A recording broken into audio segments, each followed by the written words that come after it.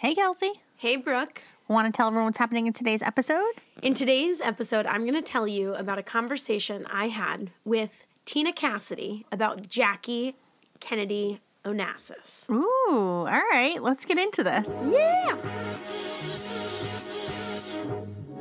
Hello, and welcome to Remedial Her Story, The Other 50%, the podcast that explores what happened to the women in history class.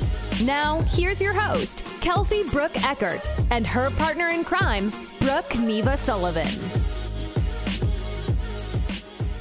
Okay, so I'm so excited to tell you about this conversation. I feel so privileged to have been able to meet with Tina Cassidy. Yeah, so tell me about Tina. Well, let me have her introduce herself. This is what she said. Hi, my name is Tina Cassidy, and I write about women and culture as sort of my side gig, if you will. It's what I do for fun and also for personal edification. And my day job, I'm the Chief Marketing Officer at WGBH Educational Foundation in Boston. And we are the largest content creator for PBS, and we also own Boston's local NPR station. And prior to my current role, I worked in agencies, and before that, I was a journalist. I think I was probably 11 years old when I decided I wanted to be a writer. So really, storytelling has been the thread throughout all of the various aspects of my professional career. So she has tons of experience in the world and it writes on women's history. And she recently wrote a piece about Jackie's life after the Kennedy assassination. Okay. So that became sort of the topic of our conversation. And but before we get to that, I have been doing a lot of thinking about people like Jackie, who are so interesting. And actually, there was a film called Jackie that came out a couple years ago. There's been a lot of people playing. I mean, she's the ideal. She's iconic. She is iconic. And so a lot of actresses are like, let me play Jackie O. Yeah. And I think what's really hard about her story, and many women like her that are famous, I mean, well, let's start with her story. She meets Kennedy. It's very American, aristocracy royalty. and royalty. I mean, it's very prince and princess-esque. Yep. She has a job as a journalist and has to give that job up when she gets engaged to him, and she really becomes this partner in this political endeavor that, and the Kennedy, we could get into the Kennedy family history for a long time, but, they have been trying to get a Kennedy in the White House forever. Yeah. And so she's really interesting. But her story, and I think many women like hers, are kind of like pop culture stories. Yeah. And they don't fit the narrative, like when you're talking about the 1960s, you're talking about civil rights, you're talking about Vietnam, you're talking about the Cold War, you're talking about all these other things, and Jackie's story is sort of like a footnote, in this she was very present to the president, but she isn't a leading storyline by any means. So it's not like you jump right in on Jackie O. I mean, she revolutionized fashion and hair and a lot of other things about women at that time, of how they saw themselves as mothers. Well, and as a historian, I'm super thankful to her because she, helped establish and preserve a lot of the things that the White House Historical Association now takes care of. And so I think that's really, her legacy as a first lady, something that she took on in addition to all the hair and the dress and everything. So I was thinking about when I teach about this time period and where Jackie comes in. And, like probably most history teachers, I don't take a day to learn about her. Yeah, I can't imagine that it comes in. And so should I? And so this is what I think is a really great place to centralize her. And then it could be an opportunity to tell her story more. which is Kennedy's assassination. That is a national event that you got to teach about. You have to. Your U.S. You history have class. got to talk about that assassination, a president dying. Yeah. It revolutionized the country. So and it really is Jackie's day. Oh my gosh, yeah. And that sounds like a really weird thing to say, but how she made it through those hard moments and showed up for the country in a really difficult time with 2 small children. I can't even imagine. And so it's interesting because I think about my mother. I lost my dad when I was 10. Yeah. And I had 2 sisters that were younger than me. And I think about my mom and the things that she had to deal with and go through, the loss of friendships because people didn't know how to talk speak to her. Yeah. The personal grief that you have to go through, but you can't, there's no room to suffer because you have kids to take care of. Yeah. And you have to be there for them. And so you have to level up. And then I think about my mom and my mom's experience. And then I think, and first of all, my dad's death, yes, it was a tragedy. Yes, it was random, but he died of a heart attack.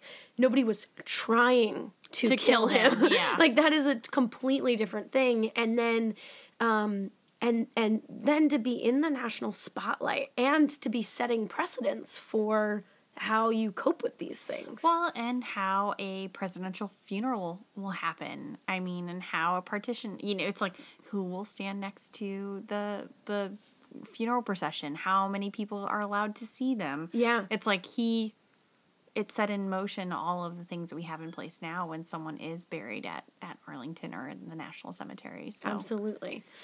So before we get to the planning of the burial and all of that, one thing that's really interesting, just an easy way to put her in the story and to take a moment to talk about her is the pictures. Just let the pictures speak for themselves. When we have pictures taken of the assassination itself, and one of the things that strikes me about that is Kennedy's shot twice. He's shot the first time, and he doesn't slump over, and he kind of slides. And one thing that's interesting when you look at the pictures is, you see that in him. But if you look at her in the pictures, she climbs on the back of the convertible and is in the line of fire, putting her body between snipers and her husband. And I don't know what she's doing, and I probably should know what she's doing on the back, but the fact that she isn't also trying to duck and cover is just mind-blowing.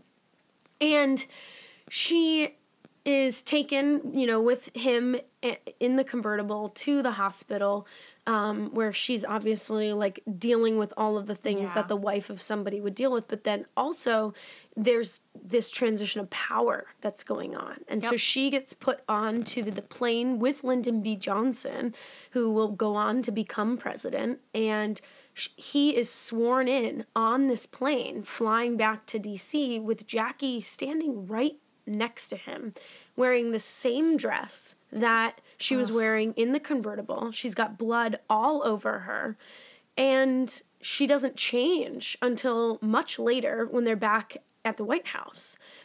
And it's just a really... What a traumatic event. You just think of, she's a human, she's a person. In that moment, she's just a wife. She's not the first lady. She's a woman who just watched her husband be murdered in front of her, in her arms. Yeah. And she makes connections between her husband and Abraham Lincoln. Absolutely. And she wants, and it's interesting, there are so many parallels. Oh my gosh. And there's all the conspiracy theories. Well, those, but then, all of their civil rights. The civil rights work. Yeah. Their civil rights work alone is the strongest parallel I feel like you can find between the two of them. Well, but both men are shot in the presence of their wife. Yes. Wife sitting right next to them. He's shot in a Lincoln. That's the vehicle. Oh, I didn't know that. Interesting? So, you can Google these. There's a whole list of weird conspiracies I mean, people can find commonalities in anything after the fact, but it's just, It's fascinating. I imagine there's probably a lot. Yeah. And so she intentionally, when she plans the funeral, she actually plans that with Lincoln's funeral in mind. And so the things that Mary Todd Lincoln did, she does for John. And I think that's it's sort of an intentional choice to create this, to put her husband up there on a pedestal with Lincoln. I think was an intentional choice on her part. Makes sense. And so for most people, though, that's probably where her moment in your classroom probably ends. And I would challenge people that I think this is a really great opportunity to just tell the kids the rest of her story. Because what did she go on to do after that? So that's what I talked with Tina about. Okay. But I do want to talk about the why just for a second, because the why I think is really important. We culturally, all across the world, have this this norm that when women become widowed, they disappear. That's the end. And we see that in, the mourning periods that people adopted, wearing black, rules about how long you have to wait till you can be married and blah, blah, blah. Around the world, there's all sorts of different traditions. In India in particular, and this is a very extreme one, it just stands out to me that, literally women would kill themselves when their spouse died. What? Too. Yeah. And so, that's not the same in the West, but I think we need to appreciate that women can go on to live lives beyond their spouse, and that's okay. And it's not dishonoring, that person that came before. And you can love multiple people in your life, and those can be different loves, and you can create something amazing. Yeah, and something different for yourself in a different path. Well, and there's great parallels, like Eleanor Roosevelt, after Franklin dies, she goes on to literally write the UN Declaration of Human Rights. So, I think she lived a little. We'll allow it. We'll allow it. But to your question, Tina talked a little bit first about why Jackie O gets left out of history beyond this point, and why this part of her life isn't as talked about. And she gives her own answer. So this is what she said. Okay. I think that was certainly her choice. She flees to New York. She tries to regain some normalcy, however impossible that was. She had 2 kids to raise as a single parent, tried to put her life back together again. And, of course, by the late 60s, then Bobby Kennedy was assassinated, and she was very close to him. And I think it was just this incredibly dark period in American history. But if you can imagine how that affected her and her kids, she really just wanted to, keep herself and her kids safe. And I think she had also had it with America. So you can sort of see the logic in her turning to this relationship with Aristotle Onassis, whom she marries.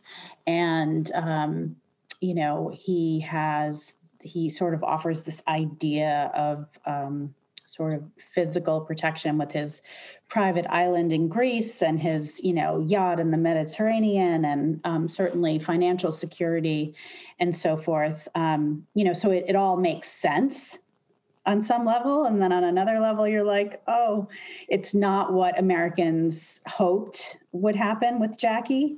But it wasn't really up to America. She was a grown-up making her own quite valid decisions about, how to live her life and feel safe and secure. Okay. Interesting. Yeah. I mean, it makes sense that someone would want to go off. And they were such in the public eye for so long that they just really probably wanted some privacy and to be out of this. And give her children maybe a little bit of normalcy for some time. Yeah. It makes a lot of sense. Yeah, it totally does. So I told her, I was like, this is just wild what she goes through. And she goes on to tell me a little bit about the history that Jackie experienced, you know, what happens to her after this moment. And this is what she said. The experience of living in the White House, you know, she knew that, she called it the fishbowl. I mean, it certainly was then, it still is. You know, to have your husband's assassination captured live on television and radio, and then have to, you know, relive that on an annual basis and have a public funeral and, you know, all of that. Yes, it's just incredibly challenging. For me, what I was interested in learning about Jackie, was, you know, what else was going on in her life, and how she took control of her life after the White House, specifically in this period after 1975. So I'll fill in a few of the missing history pieces for those who might not know. She leaves the White House, moves to New York. Her kids start to grow up. 1968, she marries Aristotle Onassis and, you know, begins to live this sort of jet set life. You know, he never fully moved to America, so she was back and forth, Greece, Paris, etc. And it was a challenging relationship and one that began to fray. And then in 1975, Aristotle Onassis died.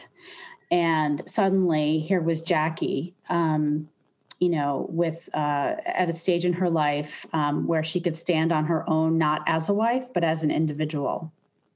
So in 1975, Caroline Kennedy was a senior in high school. She was, you know, so Jackie was becoming almost an empty nester. She got involved with saving Grand Central Station in New York City from demolition or redevelopment. She also decided to become a book editor that year. And this was not someone who needed the money. She really did it because she loved books. She loved, you know, the idea of having a career. And she began her very first career out of college. She was a photojournalist, sort of a columnist for a Washington newspaper. And she had to quit the day she accepted JFK's proposal. And so you can sort of, if you follow the arc of her life, you can sort of see her kind of coming full circle as a person, right? Like what she had to give up to be that wife, to be the first lady, you know, what she may have given up to be Aristotle Onassis's wife as well. You know, he was certainly, you know, I think many people would agree he treated her like a trophy. And so, you know, 1975 is also an important year in American history. You know, Watergate's going on, the Vietnam War is ending, the women's movement is raging. So it was a time of great change in our country. And, you know, here's Jackie going through her own personal transformation, stepping into a role as you know, a single woman at midlife. Okay, maybe the most famous woman on the planet, but still, you know, she could finally decide what she wanted to do on her own accord. And I just think it's remarkable the year that she has and how it sort of sets herself up for that third act in her life, you know, without the husband and with the kids grown and, you know, kind of being that free woman in the city.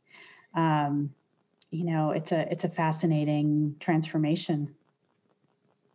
And she did not identify as a feminist, by the way. You know, this is a woman who was born in the 1920s and certainly came of age during a very different time. You know, she was the kind of woman who had been bred that you needed to be married and, you know,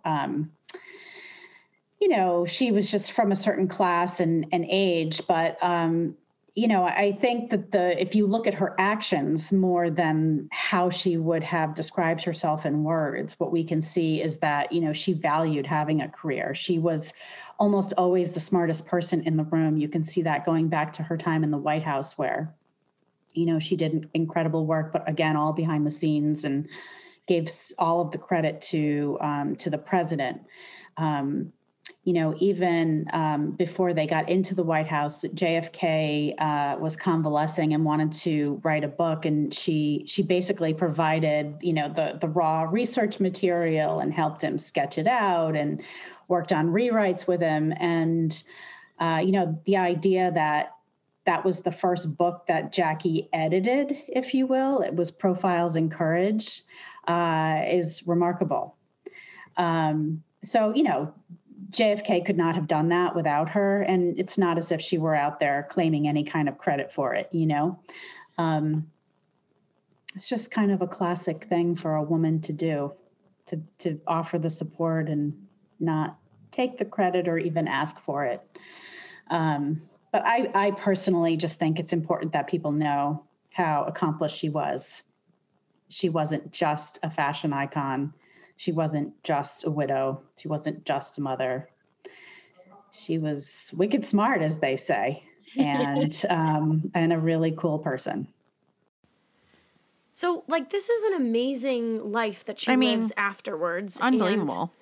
Just so much is accomplished. I didn't know that she was a reporter. Yeah. Yeah, she goes on to have a career she started in journalism. Which also didn't know. You imagine Jackie O grows up in this similar posh lifestyle that she was just handpicked by JFK to be his partner. You don't really imagine that she was a career woman prior. And had interests. Yeah, and had aspirations of being a, political correspondent or a reporter or whatever, Yeah. Very interesting that she was a strong writer. Yeah. Yeah. It's so cool. So it did strike me, though, her comment about her not being a feminist and yet all of these actions. This is 1975. The feminist movement is in full force. Right. But I think at that time, you have to imagine what feminist was to many women at that time. And it was very adversarial and anti-men and anti-showering and perfume. It could have been. That was definitely the stereotype. Yeah, the stereotype. Even though none of those women would have probably said that was what they were doing. Absolutely not. But it definitely had, two sides of a coin. Yeah. And I can imagine Jackie O, or, Jackie at the time, being very adverse to identifying with that group. Yeah, and yet her actions were right on par. Right on par. Yeah, so what was interesting, so I asked Tina, I was like, is it okay to label her as a feminist if that's not the label she would have given herself? And this is what she said. No, definitely not. I mean, I think the rules were just different then for women as well, right? You were supposed to be a good girl meant you didn't ask for anything. You didn't make too much noise. You didn't raise your hand. You let the boys go first, that was just culturally ingrained. And I think that today we can see the damage that has done, in terms of developing female leaders or the obviously incorrect perception that maybe women don't even have leadership skills, right? Yeah, it's not wrong to give them the credit today. They should have been taking credit then. There were people then who probably should have been giving credit. I think this is why we're in the state that we're at with American history, where we're having to go back and correct history and say, no, there were women at the table doing amazing things. We just didn't think it was necessary to notice or to give them the credit. So yeah, this is all part of the journey that we're on.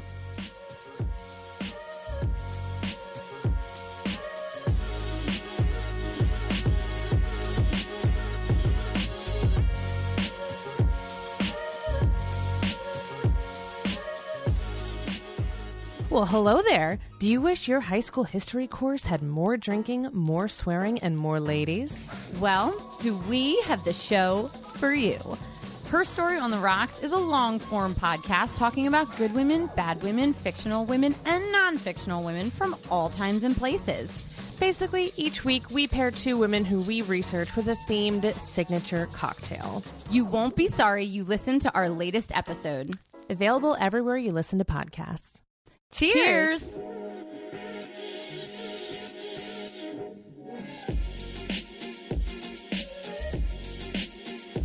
For lesson plan ideas and how to teach women's history, visit our website, www.remedialherstory.com. Follow us on Instagram and Facebook at Remedial Herstory. If you think what we're doing is needed, please consider joining our Patreon community. Patreon allows you to sponsor a podcast with a small donation. Patrons get access to bonus materials, extended episodes, insider information, and gear. Give at whatever level you can. Patrons who give at the $25 tier will receive a Remedial Herstory mug and a booklet of all the Remedial Herstory lesson plans and resources. This episode is sponsored by our patrons. Thank you to Kent and Jamie Heckel from Ohio, Sarah Reardon from New Hampshire, Leah Tanger from Connecticut, and Bridget Erlandson from Connecticut. You guys make this show possible.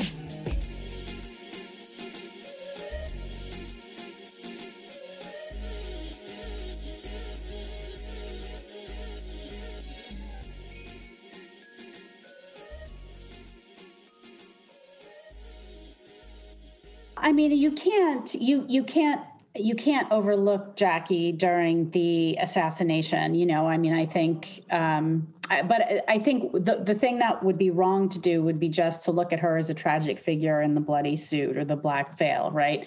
I think it's important to acknowledge how she helped shape the myth of Camelot, how she helped get JFK elected.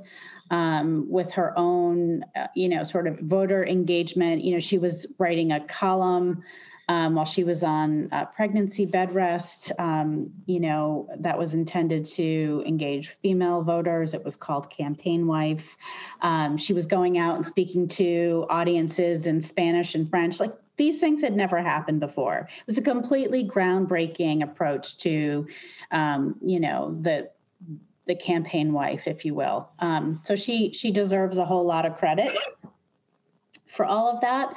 But, if you're teaching second wave feminism, Jackie is a very interesting woman to place in that context because, you used the words, she was benefiting from it, meaning feminism, even though she didn't identify as a feminist. But just the image of her, even if she didn't intend it, the image of her being out there, walking down Fifth Avenue in her cool bell bottoms and her big sunglasses, going to work in a publishing office, that showed other women that they could aspire to be more than a wife or a mom, right? They could have a job. Look at Jackie's doing it. And I have had so many people say, yes, Jackie inspired my mom to go get a job when we were grown up. I think that she had perhaps this unintended impact on American women at that time, when so many were still housewives and couldn't envision themselves doing anything else. It's okay if she didn't want to call herself a feminist. I think we get hung up on terminology, and there are so many people today who think feminist is a dirty word, which I don't understand why. It just means that you believe in women. That's all it means. But she was transformational in so many ways, and I think that that's the context that we should think about her. Well, so interesting. Yeah, I feel so grateful to Tina for coming on and talking with me. Yeah, she's incredible. She was such a highlight and so knowledgeable about these two women. Her articles are available online. Okay. So you can read all the sorts of things that she's written about these women, about Jackie and other women. And we do have lesson plans about Jackie O. And these ones, still inquiry, but doing exactly what we talked about, which is taking a look at these images and centralizing Jackie in this story of the assassination, and then leaving it open for kids to pursue interest of what happened afterwards. And so I think it's a nice way to like bring this full circle. That's great. Yeah. Very fun. So thanks, Brooke, for being here. Yeah. I'm Brooke Sullivan. I'm Kelsey Eckert. See you next time. Thanks so much for listening to Remedial Her Story, The Other 50%. Please subscribe, rate, and review wherever you listen to your podcasts to bring more voices to the conversation. We really appreciate that effort. Until next time.